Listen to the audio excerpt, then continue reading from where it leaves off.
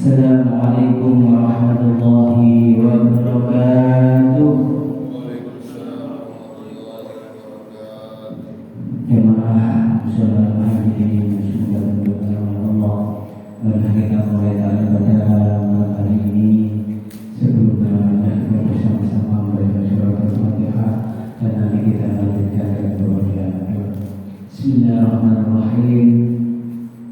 La hadrana bil Mustafa bi syafa'ati Rasulillah sallallahu alaihi wasallam wa ala alihi wa sahbihi wa dzurriyyatihi wa ahli baitihi ajma'in wal Fatihah. A'udzu billahi minasy syaithanir rajim. Bismillahirrahmanirrahim. Alhamdulillahi rabbil alamin. Ar-Rahmanir Rahim. Maliki yaumiddin. Iyyaka na'budu wa iyyaka nasta'in. Ihdinas siratal mustaqim. Siratal ladzina an'amta 'alaihim ghairil maghdubi 'alaihim waladdallin. Amin.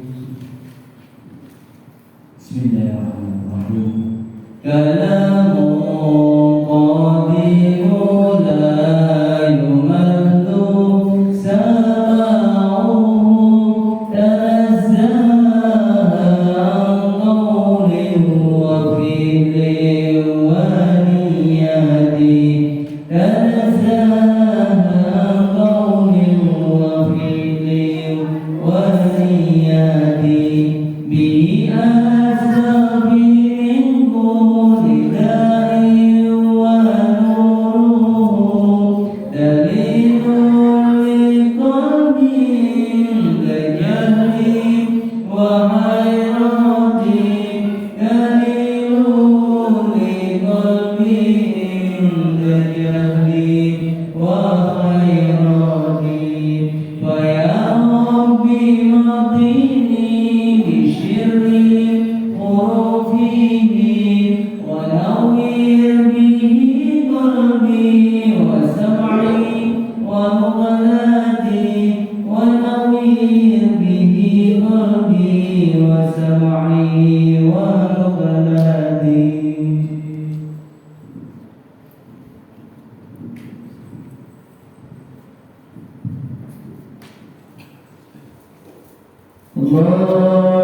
Allahumma salli ala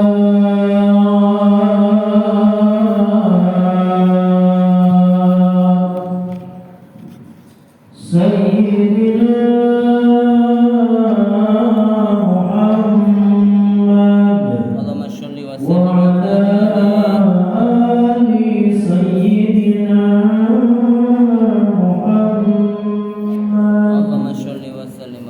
Ya Rabbi bil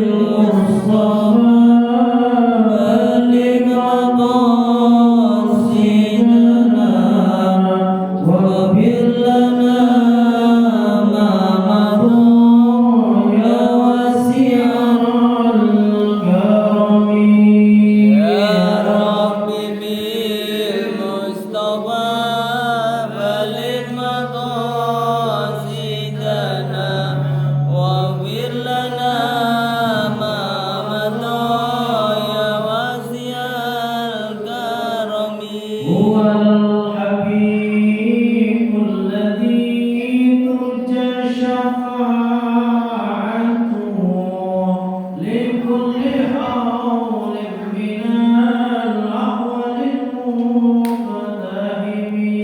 Ya Rabbi bil Mustafa baligh maqasidana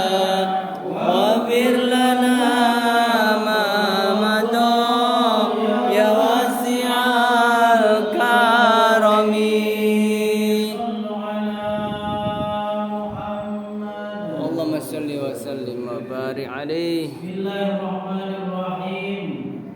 Assalamualaikum warahmatullahi wabarakatuh. Waalaikumsalam warahmatullahi wabarakatuh. Alhamdulillahirabbil alamin.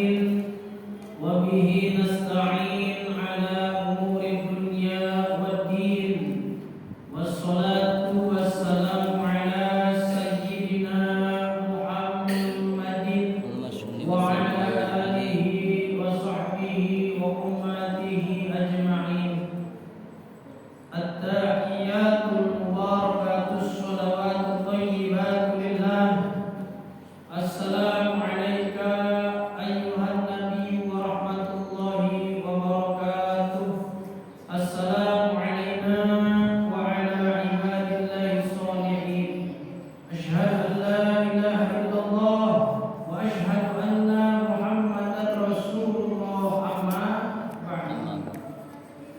Hadirin bapak-bapak dan ibu-ibu jamaah yang sama-sama mengharap-harap ridho dari Allah Subhanahu wa taala, tanpa rahmat, tanpa ampunan, tanpa ridho dari Allah, kita ini merupakan makhluk yang tidak ada artinya. Hanya seonggok daging yang bisa berjalan, makan dan minum. Berpikir, kadang isi pikiran kita pun bermacam-macam. Betul apa enggak? Bebas banget berpikir ya. Bebas. Bahkan yang tidak terjadi saja terjadi di pikirannya. Nanti besok kayaknya bakal ada orang yang marahin saya. Nah, itu kan belum terjadi, tapi di pikirannya sudah terjadi. Ada orang, ya Allah, saya malu keluar rumah, nanti di depan gang rumah saya banyak orang yang menghina saya. Ini orang minder nih biasanya nih, ya orang minder. Jadi di pikirannya tuh kayaknya bakal banyak orang yang menghina dia, bakal banyak orang yang membulinya. Padahal belum terjadi, tapi di pikirannya sudah terjadi. Maka hati-hati dengan pikiran. Masya Allah. Apa tadi Pak? Hati-hati dengan pikiran. Karena pikiran itu bisa menciptakan yang belum terjadi, minimal di dalam diri kita sendiri. Nah sekarang bapak-bapak dan ibu-ibu tahu nggak buah semur kutub? Tahu nggak? Buah semur kutub tahu nggak? Pernah dengar nggak tuh? Ada bayangan nggak di otak kayak gimana buahnya? Nggak ada ya? Nah saya kasih tahu sekarang. Buah semur kutub itu luarnya kayak semangka, dalamnya kayak melon. Kebayang? Kayak gimana? Luarnya kayak semangka, dalamnya kayak melon. Namanya buah semur kutub. Cari di Google, nggak bakal ketemu. Apa tadi Pak? Buah semur kutub? Luarnya semangka, dalamnya melon. Itu namanya buah apa? Semur kutub. Udah kebayang? Luarnya kayak semangka, dalamnya kayak melon. Sudah terbayang? Sudah bisa? Nah itu aslinya nggak ada. Itu nggak ada buah semur kutub tuh. Itu bohongan. Saya ngomong yang tidak ada dalam kenyataan. Tapi sekarang kalau saya ngomong semur kutub, bapak-bapak dan ibu-ibu sudah bisa bayangkan? Sudah ya, hapus saja kok, orang nggak ada.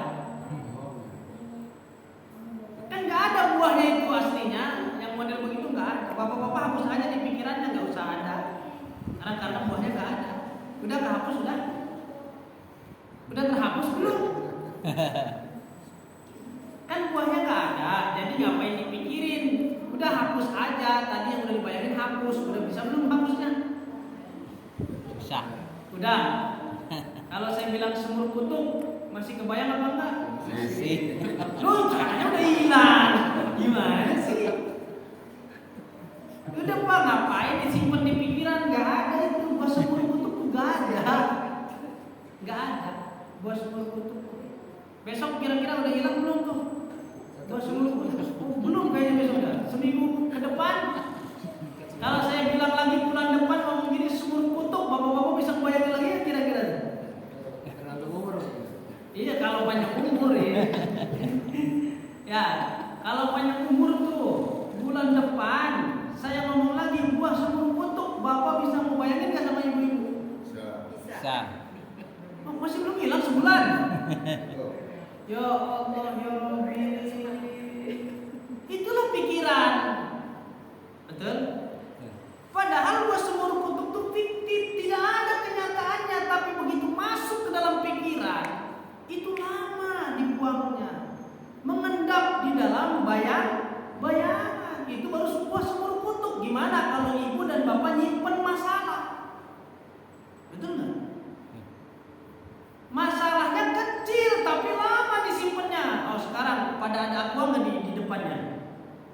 Coba dipegang Pak.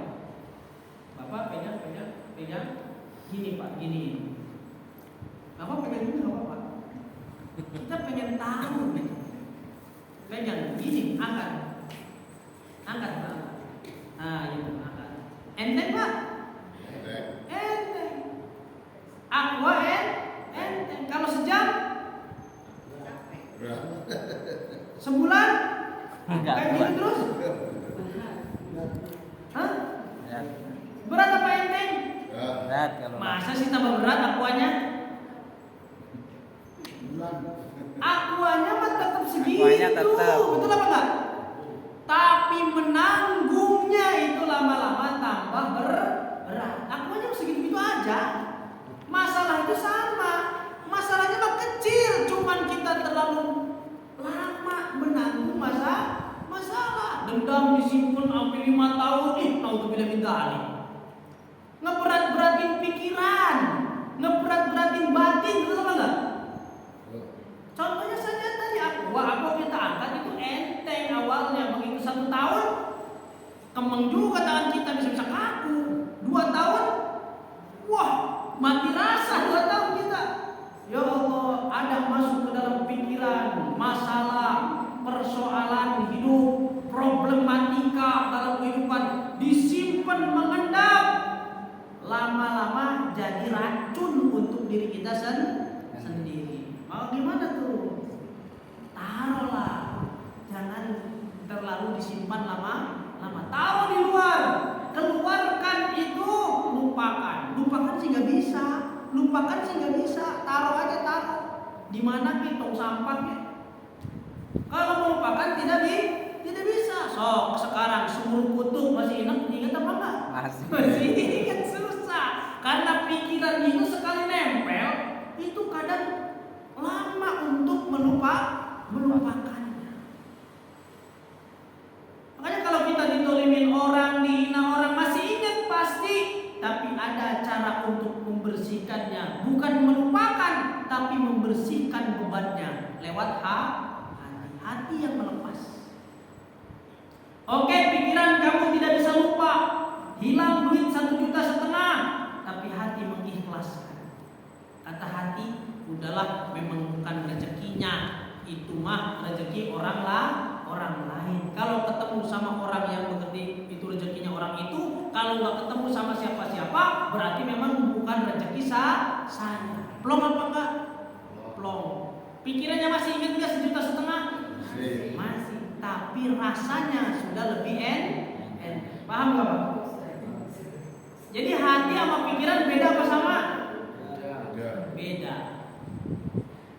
Bapak-bapak didolimin, bapak-bapak pernah ditipu, mungkin masih ingat orangnya, tapi bisa jadi rasanya sudah lupa karena sudah mengikhlaskan. Jadi kekuatannya di mana? Kekuatannya di mana? Di hati. Untuk menetralisir apa yang masuk ke dalam pikiran, maka hati kita harus kuat, harus bersandar kepada yang Maha Kuat, yaitu Allah Subhanahu wa Ta'ala. Jangan masuk pikiran, masuk ke hati juga. Aduh, udah paling repot. Udah masuk pikiran, ke bawah perasaan, rusak udah. Paling sulit menghapusnya, paling sulit. Ya Allah, itu kekuatan pikiran, Pak. Kekuatan apa? Pikiran. Sekali nempel, melekat. Tidak bisa lupa itu. Mau coba lagi? Itu baru gua sebelum kutub. pikiran. Udah, pikiran mah berjuta-juta gigabit masukin dulu nggak apa-apa. Ya Allah ya Rabbi, itu pikiran itu. Makanya dalam ilmu tasawuf, ilmu para wali, pikiran itu dikelola, perasaan dikelola. Ya, bukan jasad aja dikelola nih. Ya kalau kita olahraga penting ya, penting karena menurut Ibnu Sina antara akal yang sehat dengan badan yang sehat itu berkorelasi. Coba badannya sakit, kadang-kadang akalnya ikut juga ruwet, betul apa? Jadi berkorelasi, ada yang akalnya ruwet, badannya jadi sakit, jadi berhubungan. kesehatannya, akal dijaga kesehatannya, badan dijaga kesehatannya, begitupun perasaan harus dijaga kesehatannya. Itu 3 unsur itu dalam diri manusia harus dijaga benar-benar agar tetap sehat. Itu kekuatan pikiran, Pak. Ya, sekarang tuh bapak-bapak begini nih. Ini kayak pelajaran bocah ya. Pembuktian aja gitu kan. Bersedia Bapak angkat tangan kanannya? Setia. Bersedia, bersedia kalau bersedia. Nah, tapi sebelumnya turunkan dulu, ukur coba tangan yang panjangnya berapa. Ukur pakai jengkal. 1, 2, 3, sisanya pakai jari. Dari sini, Pak Soeb, dari sini, dari pundak. Jangan dari sini, Pak, dari sini, dari tulang ini. Dari tulang ini, berapa? 3 pas. 3 jengkal pas, Bapak? 3 jengkal, 3 jari. Pak Soeb 3 jengkal pas. Bapak? 3 jengkal pas. Bapak? 3 jengkal pas. Bapak? Ibu ukur juga? Oh, enggak ikutan? Ikutan. Coba ukur dulu, ukur. Gak apa-apa, ini main-main tapi beneran gitu loh. Saya ukur juga. 4 itu malah tangannya. Coba lagi. Dari sini Bu ya, dari situ, dari jahitan baju ini. Pas ya. Tadi udah nyimpan masing-masing ya. Sekarang saya angkat coba, angkat gini, nggak usah tegang gitu kan, lemes aja diangkat begini. Nah, bayangkan ada yang narik ke atas. Rasakan tapi ya, rasakan tangan kita ketarik. Bisa merasakannya nggak ketarik kayak karet terus mulur sampai panjang tangan kita. Kerasa nggak? Bisa nggak membayangkan sesuatu yang nggak terjadi, tapi kerasa panjang gitu. Tangan kita panjang, seolah-olah panjang, ditarik lagi mulur jadi tambah panjang. Bisa? Kerasa Pak? Ada ketarik kayak karet? Sudah? Nah sekarang ukur lagi. Coba tangannya ukur lagi.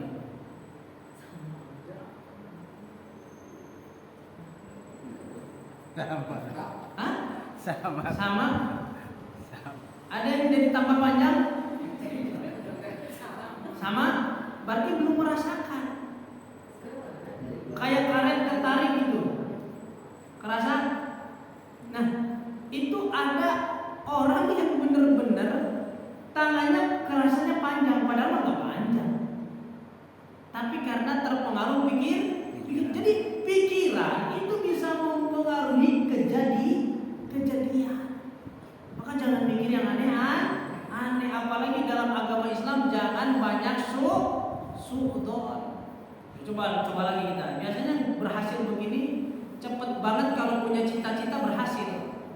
Orang yang coba permainan ini kalau punya cita-cita biasanya cepet tercapai. Bawa kayak gini nih, cangkut, bisa. Ini ngajinya hiburan ya. Ini nempel udah kencang. Nah, sekarang itu lengket ya, lengket. Kalau saya nanya, Bapak jawab pakai suara, jangan di hati. Itu sekarang lengket.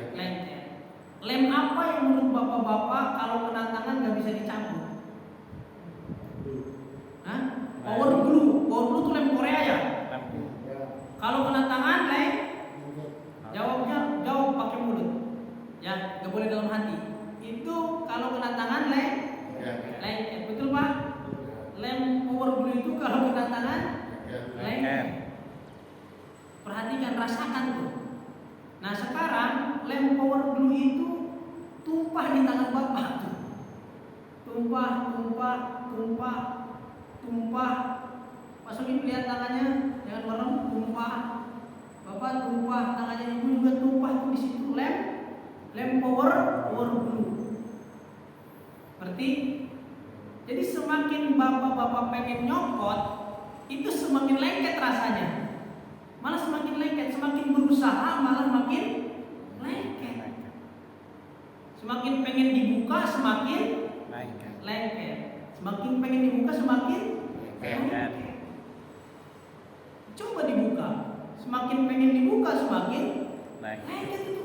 Lengket banget. Lengket itu lengket. Ya, semakin mikir semakin Lengket. lengket. Semakin mikir semakin lengket. Semakin merasa aneh semakin lengket. Masih lengket, Pak? Masih. Enggak, Pak Sokim masih lengket. Masih. Bener lengket Pak Sokim? Lengket. Semakin Pak Sokim berpikir semakin lengket. Bapak lengket? Siap. Lengket. Lengket, Pak. Semakin Bapak berpikir kenapa, semakin Bapak lengket juga, Pak. Benar itu beneran? Gak bisa dicopot? Bisa. Hah? Pak pikirannya Bisa cepat nggak? bisa. Bapak bisa dicopot? Bisa. Coba dicopot. Ketika saya konfirmasi bisa, tapi pas pertama pengen berusaha nyopot, emang lengket beneran, Pak? Perasaan lengket. Perasaan lengket, kayak nggak ada kekuatan gitu. Itu sebenarnya bisa copot apa enggak, Pak? Bisa ya, tapi karena pengaruh apa? Pikiran. Kata pikiran ini lengket. Kata pikiran ini lengket. Padahal mah tinggal dibuka doang. Tapi karena berpikirnya lengket, jadi kayak lengket beneran. Paham nggak di sini nih? Orang takut sesuatu yang ditakutkan itu sudah terjadi apa belum? Belum. Belum ya. Kayak orang mau dikelitikin, Pak. Pernah nggak lihat anak-anak main kelitik-kelitikan? Geli banget, oh geli. Tangannya gini. Ayo ini ayo. Tapi dulu ketawa banget. Oh, pernah nggak kayak gitu? Tangannya udah nyampe apa belum? Belum sampai. Tapi kenapa bisa terasa geli banget? Kenapa? Karena pikirannya sudah merasa geli. Padahal cuma ayo geli gitu kan? Ada ya. Ada orang yang sebelum disuntik udah rasanya udah mengerikan ada. Padahal jarum suntiknya belum nempel. Itu siapa yang memberikan rasa duluan? Apakah jarum suntiknya? Bukan. Yang memberikan perasaan duluan adalah pikiran. Nah, maka di dalam Islam itu diajarkan jangan berpikir negatif. Tidak boleh suudzon kepada Allah. Kalau kita menganggap Allah nggak adil, pasti hidup kita dipenuhi dengan ujian-ujian yang berat. Kalau kita berpikir Allah tidak adil, Allah sadis, Allah tidak adil, naudzubillah min dzalik. Bagaimana cara melawannya? Banyak-banyak berzikir kepada Allah. Karena al-dzikru wasyaiton diddani. Zikir dengan setan itu dua hal yang berlawanan. Ikut zikiran la ilaha illallah, la ilaha illallah, lawan terus. Jadi ketika yuwaswisu fi sudurin nas, masuk setan berbisik kepada manusia, kita sudah bisa melawannya dengan cahaya zikrullah. Alhamdulillah min dzalik ya. Jadi saat ini banyak orang itu khawatir dengan sesuatu yang belum terjadi. Bahkan dalam penelitian di zaman-zaman sekarang ini banyak orang yang secara harta cukup, pekerjaannya bagus, tapi hidupnya tidak tenang. Bahkan ada orang kena penyakit anxiety, tahu nggak Pak? Coba ibu. Penyakit cemas. Pengen sholat Jumat, takut sampai nggak mau sholat Jumat. Kalau saya nanti ke masjid mati kayaknya di masjid nih. Ada Pak orang begitu, ada.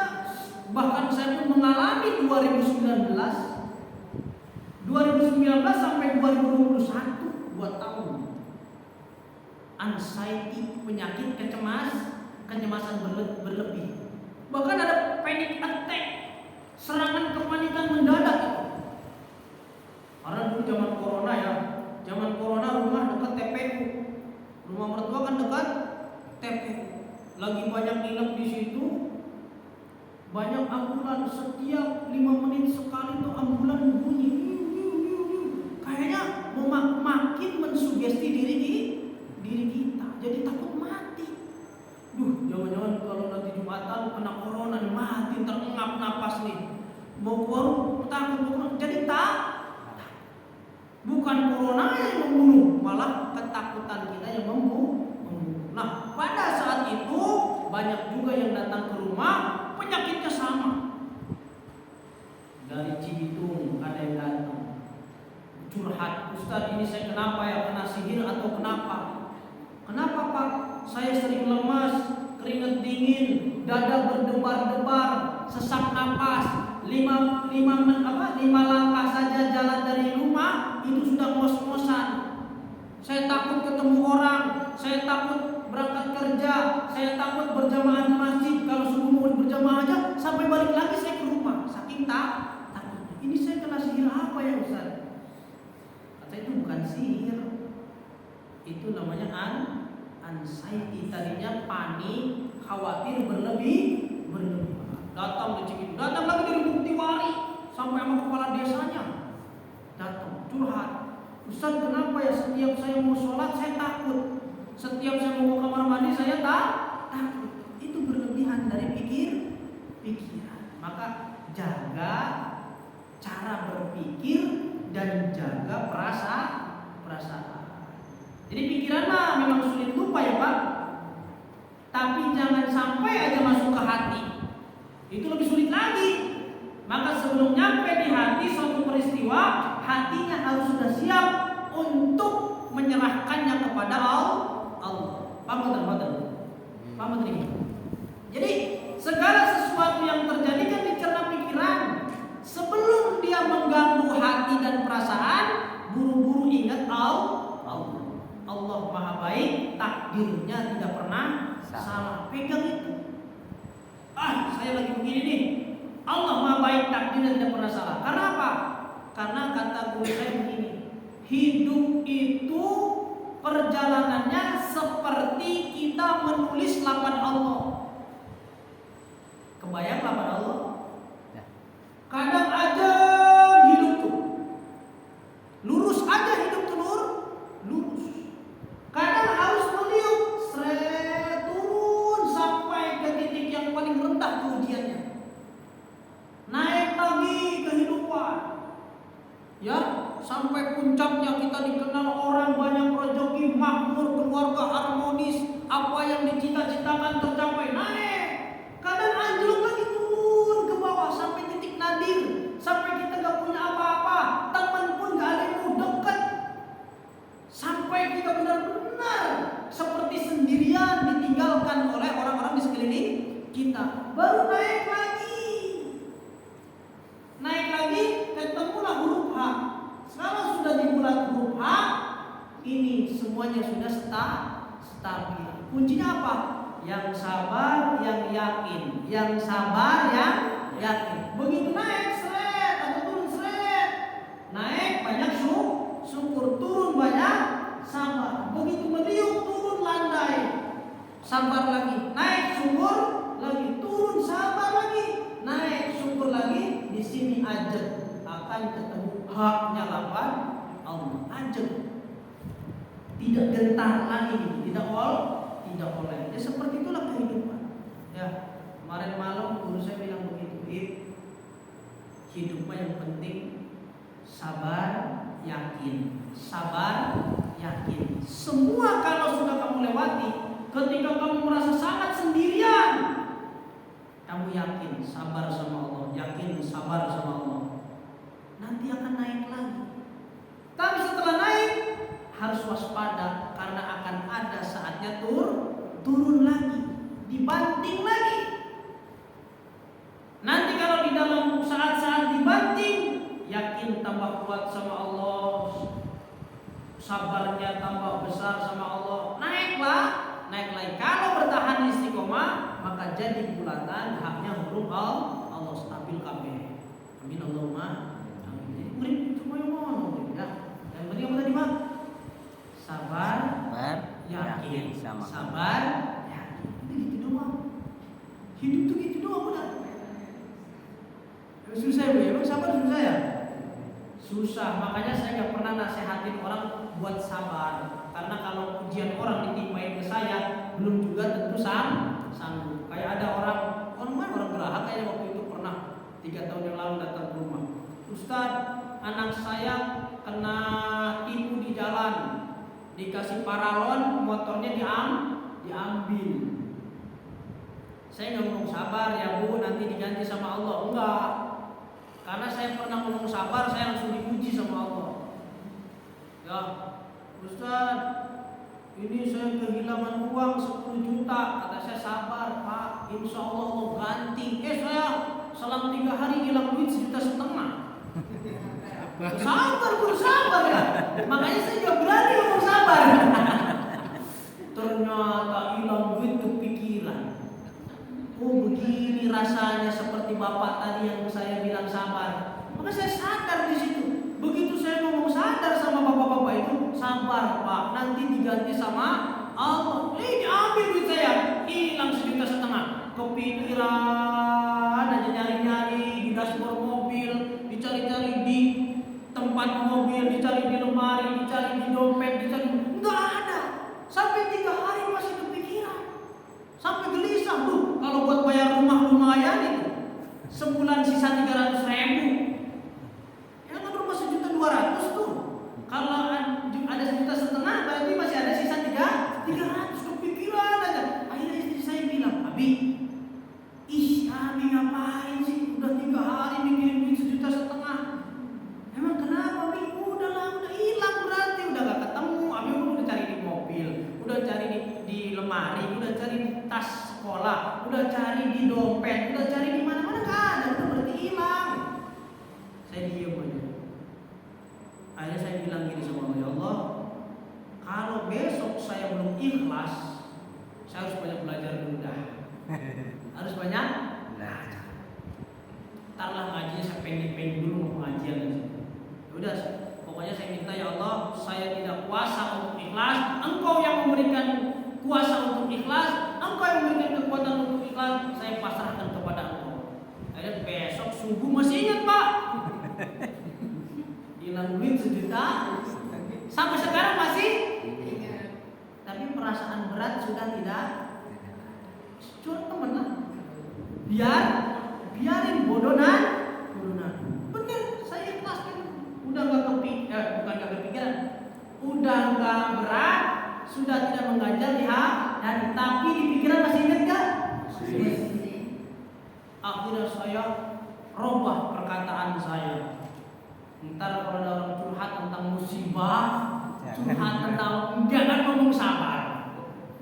Sampai ada orang ditinggal istrinya setahun kabur sama anaknya sendirian. ATM gajinya dibawa, sertifikat rumah dibawa, dilacak kemana-mana, nggak curhat ke saya. Yai, ini udah 3 bulan istri sama anak saya nggak tahu di mana. Sampai setahun tuh Pak, ini baru 3 bulan curhat dulu ke saya.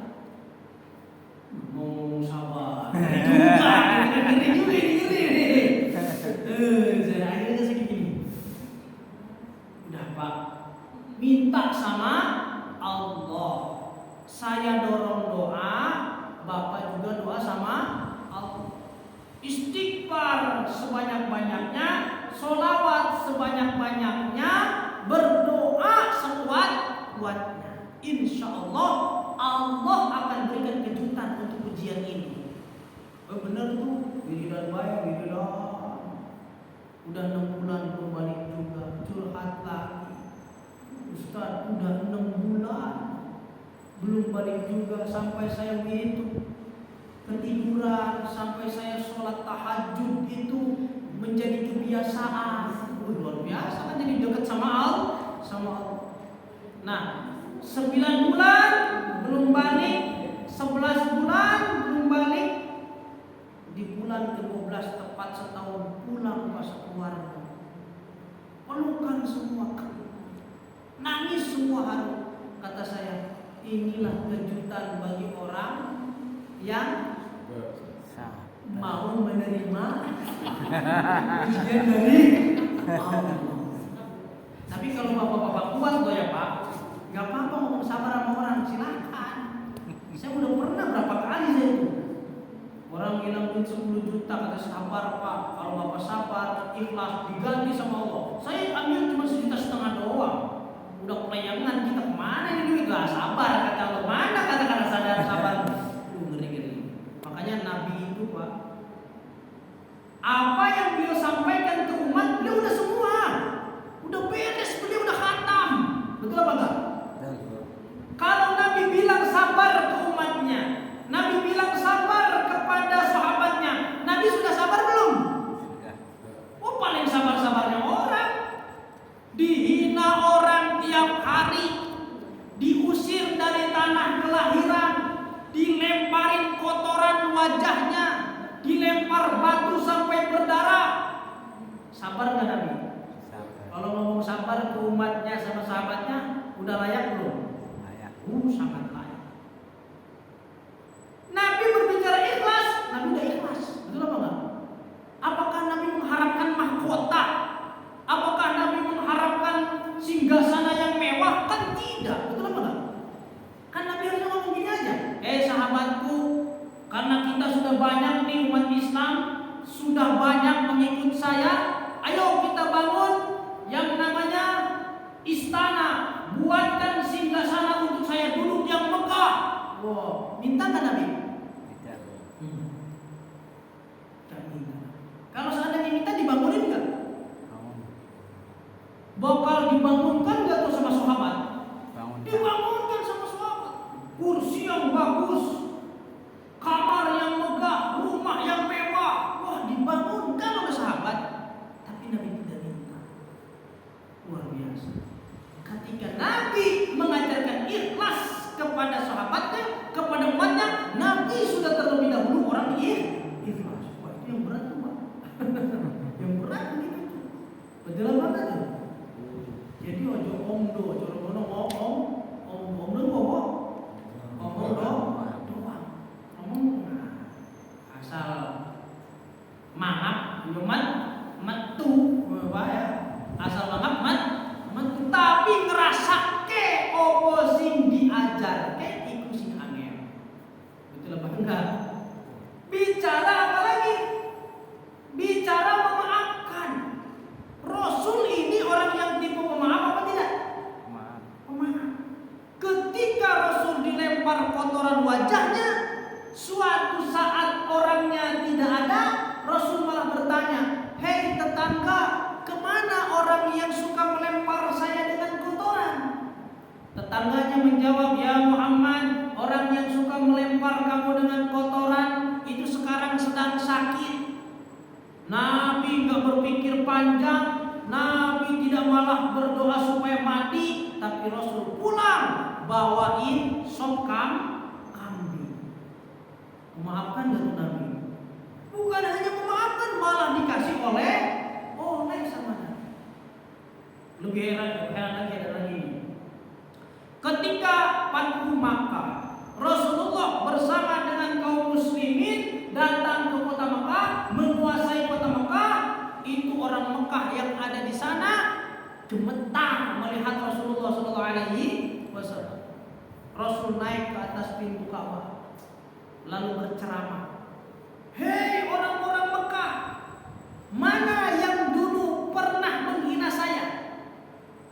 Mana yang dulu pernah memboikot saya 3 tahun dengan para sahabat sampai kita tidak menemukan makanan dan bisa makan hanya dedaunan saja? 3 tahun Pak, Rasulullah waktu sahabat makan daun. Apa nggak perih itu kehidupannya umat zaman dulu ya Pak? Mana orang-orang yang dulu memboikot saya? Mana orang-orang yang dulu mengusir saya dari tanah kelahiran saya sendiri? Waduh, orang Mekah gemeter. Nabi dengan pasukannya banyak di belakang, naik di pintu Ka'bah. Apa kata orang Mekah? "Akun karim, ibni karim, wahai orang mulia, anak orang mulia, jangan apa-apakan kami." Kata Nabi, "Kira-kira pantasnya diapain? Dulu yang pernah usir saya, dulu yang pernah menghina saya,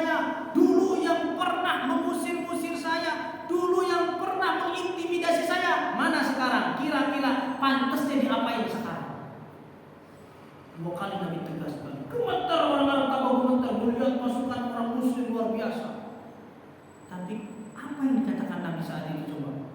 Seandainya Nabi nih bilang ke sahabat, sahabat, no orang itu pernah menghina saya, geret ke sini, saya mau injak kepalanya tuh. Bisa nggak pada saat itu?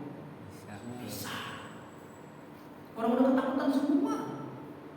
Sahabat tuh orang itu tuh yang pernah ngusir-ngusir saya dari rumah saya sendiri, ambil sini, geret, saya mau injak-injak tuh kepala dia tuh.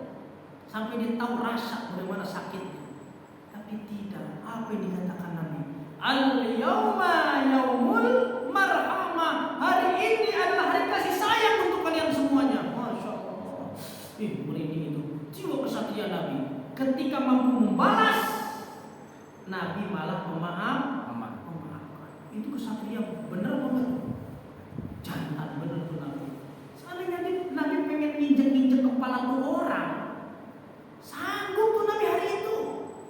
Pengen nampalin kita, cobalah nampar aja biar puas gitu kan. Nih lu ya dulu yang pernah nemplongin kotoran nih ke kepala saya, sekarang saya tampar, bisa nggak? Bisa itu. Tapi Nabi memilih jalur yang luar biasa. Kata Nabi, al-yawma yaumul marhamah. Hari ini hari kasih sayang untuk kalian semua. Kalian bebas. Itu rasa takut, rasa gemetar tiba-tiba melayang bagi orang Mekah. Ternyata sebegitu hebatnya Muhammad. Padahal kita kejam dulu sama Muhammad. Padahal kita dulu culas sama Muhammad. Padahal dulu kita orang yang sadis kepada Muhammad. Tapi ketika dia mau membalas, mampu membalasnya, malah dia memaafkan kita. Luar biasa. Makanya berbicara makom apa saja ada dalam Nabi Muhammad. Mau makom sabar ke, mau makom ikhlas ke, mau makom pemaaf ke, mau makom dihina ke, mau makom dipuji ke, ada semua dalam pribadi Rasulullah Sallallahu Alaihi Wasallam. Sallallahu Muhammad. Paling ngeri itu kalau baca sejarah Nabi itu. Apalagi saya dikasih kitab Asy-Syifa fi Ma'rifati Haqiqatil Mustafa. Itu dikasih itu. Dikasih sama Buya Ar-Razi, ya, dikasih sama Buya Ar-Razi. Udah ngobrol dari jam 8 sampai jam 1 malam. Berapa jam tuh? 5 jam ya. Udah ngobrol tuh sama beliau 5 jam berdiskusi tentang tasawuf, tentang ilmu jiwa.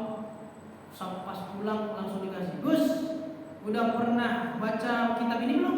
Belum, kata saya Buya. Sekarang saya hadiahkan untuk jenengan katanya. Ini kitab namanya Asy-Syifa fi Ma'rifati Haqiqatil Mustafa. Jadi ini kitab yang menceritakan tentang hakikatnya Rasulullah Sallallahu Alaihi Wasallam dari segi sosial, segi spiritual, segi psikolognya Rasulullah Sallallahu Alaihi Wasallam. Banyak yang aneh di situ, banyak yang bikin merinding ini. Kita kayaknya sebagai orang-orang seperti ini kayaknya untuk ikut Nabi itu ya Allah jauh bener ya. Kita baru kesenggol dikit udah marah, betul apa enggak? Dihina sedikit udah main ego kita, betul apa enggak? Enggak tahu siapa gua lo, gitu ya. Itunya main enggak? Enggak tahu siapa gua lo, Gua ini loh ya, ini loh main tuh naik. Nabi padahal paling dekat dengan malaikat Jibril, Nabi dekat dengan Allah, tidak mengandalkan tuh. Dia berani-berani menghina saya, nggak tahu saya dekengan pusat nih. Ada malaikat Jibril, tinggal lahap aja kalian mencret semua udah. Tapi Nabi enggak. Karena apa? Karena yang dilihat Nabi semuanya adalah perbuatannya Allah. Jadi Nabi itu udah nggak bisa melihat selain Allah. Nabi melihat orang yang lempar wajahnya. Nabi yang dilihat oleh Nabi ini adalah perbuatannya Allah. Kalau Allah tidak mengizinkan batu itu sampai di wajahnya, nyampe nggak? Nggak nyampe. Ini pun batu diizinkan oleh Allah. Maka sudah tidak ada kecewa dalam diri Nabi. Ini perbuatannya Allah. Ketika dilempar kotoran, kata Nabi, ini episodenya seperti ini, memang sudah ditentukan oleh Allah. Jadi Nabi itu udah nggak bisa melihat selain Allah. La ilaha illallah. Itu la ilaha illallah itu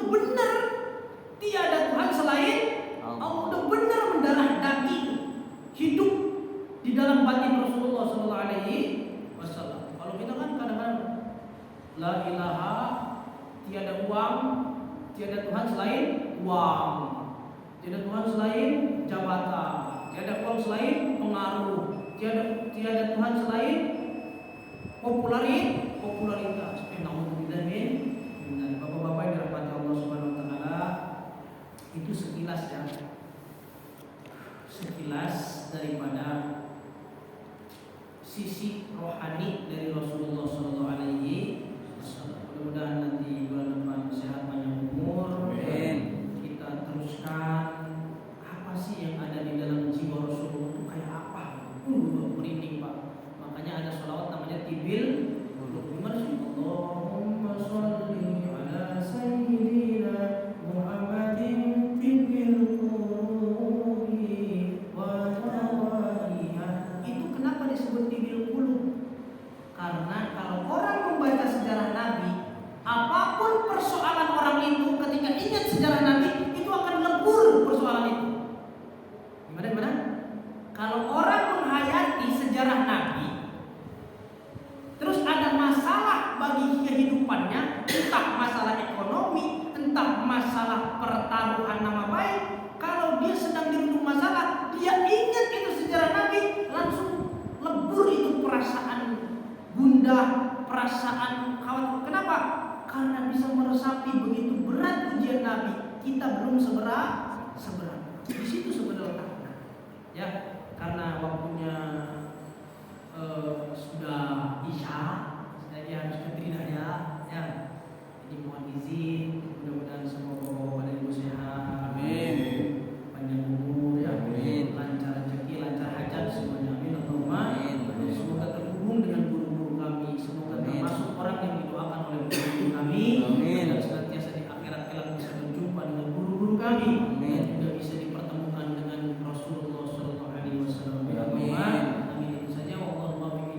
Assalamualaikum warahmatullahi wabarakatuh. Waalaikumsalam warahmatullahi wabarakatuh. Subhanallahumma Hamdika asyhadu an la ilaha illa anta astaghfiruka wa atubu ilaik.